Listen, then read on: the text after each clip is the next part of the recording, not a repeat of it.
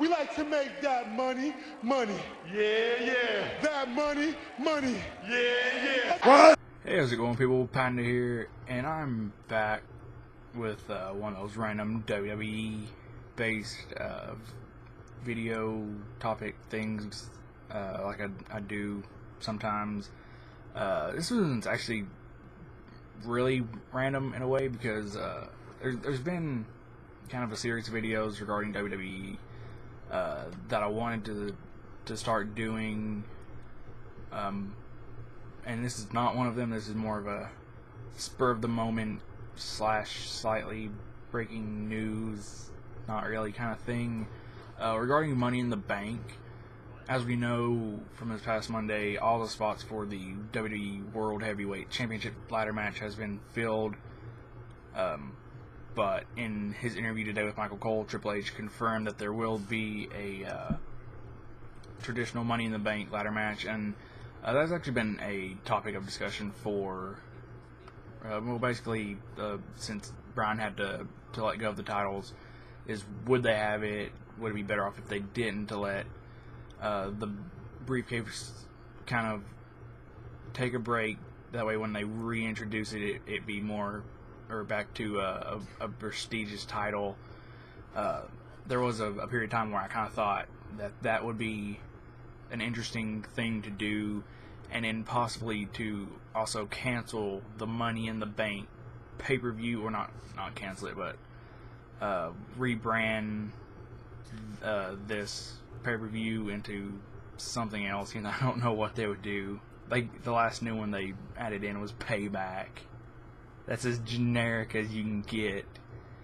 Although people were speculating on a Battlegrounds or something before. Or no, or maybe there's the match. Either way, I thought it could be an interesting opportunity, since if they plan to go for a few years, maybe with one title champion thing, that old double title thing, that they could possibly put the Money in the Bank title match, ladder match, back in WrestleMania. I actually really like that more than it being a standard pay-per-view. When they had two, I was more accepting of it, but with just one, a pay-per-view just for it doesn't seem right. It's almost like Hell in a Cell, where there's one match in Hell in a Cell, that's the pay-per-view. Although I think last year there was two. Anyway, we know all the participants for the championship ladder match. I actually wrote these down in the order on how likely I see them winning the title. We have Bray Wyatt, Roman Reigns, Cesaro, John Cena, Randy Orton, Sheamus, and Alberto Del Rio. After Monday, I had Reigns as the most likely, but thinking about it when I was kind of making a couple notes for this, I thought, I would imagine they're not going to put the titles on him just out of fear of like that super heavy straightaway push that they've given a lot of people that crash and burned.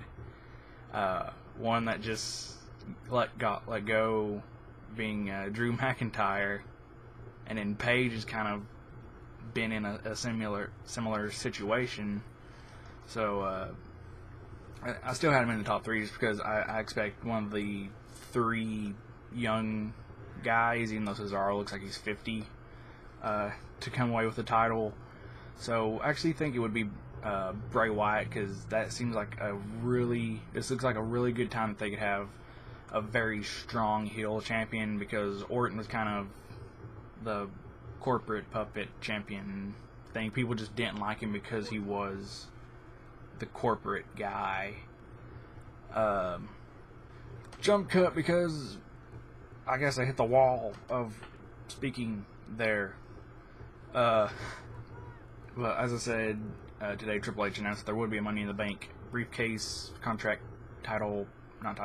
ladder match thing. And he also announced that the first confirmed participant will be Seth Rollins. I don't know why I said that Scottish. But I think part of this might just be a recovery thing of people being, you put your boy Orton in, why'd you snub your boy Rollins? Although it could have been kind of an overall plan thing of giving your top authority guy the title match, let that get filled, announce the Money in the Bank match, give your up and coming authority guy an automatic spot in that, and then I guess have more matches to get into this, which I don't think necessarily a bad idea. I think the winning you're in or beat the clock or battle royal kind of things are always a really good theme, because they can most of the time go many different ways. So I don't think it's a bad thing to kind of rehash what you just did for this, but really I don't know what else they would do besides any combination of those three. But these are in no particular order. These are just who I thought or who I think will be in it. Almost a guarantee, just because they were kind of teasing them having a singles match, but now that Rollins is in the Money in the Bank match, it's almost automatic that Dean Ambrose will be in the Money in the Bank match. I kind of expect Big E to, for no real reason, that I think they just would want to use him on the pay-per-view, and this would probably be it.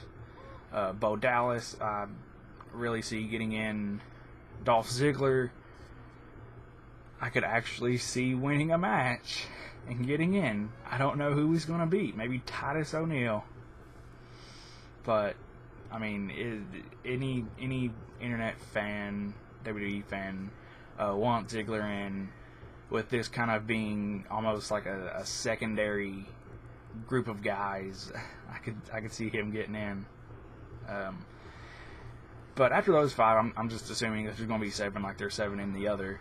After those 5, throw a dart at a board, and just whoever it hits, just go with it. I wrote down 5 potentials. At first, I thought Jack Swagger would be almost a guarantee, and I still kind of do. But I could see that, like, confirmed 6th spot also being RVD. For some reason, I kind of don't see him going, but at the same time I do, because I think that veteran presence and the like kind of king of hardcore ECW guy thing would be a great kind of try and push. And he won Money in the Bank, I believe. Yes, one of the early ones. So, well, since he won a Money in the Bank before, I guess that confirms him in. So, Swagger, possibility, RVD most likely, and now that I think about it. For the 7th spot, again, I said for the whole 5, but I had Rusev, Ryback, and Axel as the possibilities. I kind of don't think Rusev will be in, even though this could be another opportunity, like in the Battle Royal, where this could be a chance to give him some real high-class talent to look very strong against. But at the same time, because these are going to take up 14 people of the roster, and after looking at the roster on WWE.com, it's actually a lot shallower than you might think. I could absolutely see him being used in a singles quick squash match against Zack. I mean, I don't even know as if Zack Ryder fans would complain if he got to be on a pay-per-view, but against Zack or Kofi or somebody. But I still think he's an option to get in. I don't know how major everyone is, just because I think they would want that card spot or an extra match spot. And then for Ryback, again, I could see them absolutely being probably like a pre-show match against like El Matadores. So let's just say, because of these 2 matches taking up so much roster spots and everything, that my Money in the Bank prediction roster thing is Rollins, Ambrose, Big E, Bo Dallas, Dolph Ziggler, Jack Swagger, and RVD. And Rusev will go against whoever they pull out of the crowd, and Ryback and Axel will be pre-show. Actually, I thought about the pre-show thing. At this point, I kind of feel like the pre-show could be a much better usage for an NXT versus NXT guy match.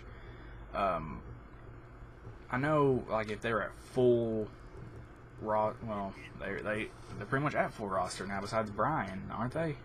So, yeah, it's just, now that they've set the pre-show thing in motion, they want to keep doing it, but that's taking 2 to 4 roster spots, and then the last 2 have been involving 3MB. That's gone. So to kind of maybe try and strengthen the strength of the normal card or something, maybe they should make the pre-show an NXT based match, whether it's, you know, I don't even know if people would necessarily, I don't think it would affect the viewership of the pre-show that much if the NXT women's title or Divas titles, I don't even know what it is up, or the tag team titles. They probably don't want to put the main title on it, but I kind of think that would be, at this point, a better use of it. So there's that. If you enjoyed, please let me know with the generic YouTube stuff. I've got a couple cool little ideas that I want to start working on soon, kind of major projects and stuff. I'm going to try and start back up the Child of Light playthrough, because I traded in Watch Dogs. I had that and was playing it for a while, but no comment. So I'll try to go back in, play some Child of Light, and get that back up for a daily thing while I work on these other 2 things, as well as the WWE series thing that I want to do. I wish this recording thing had a timer, because I don't know how long I'm going. Maybe.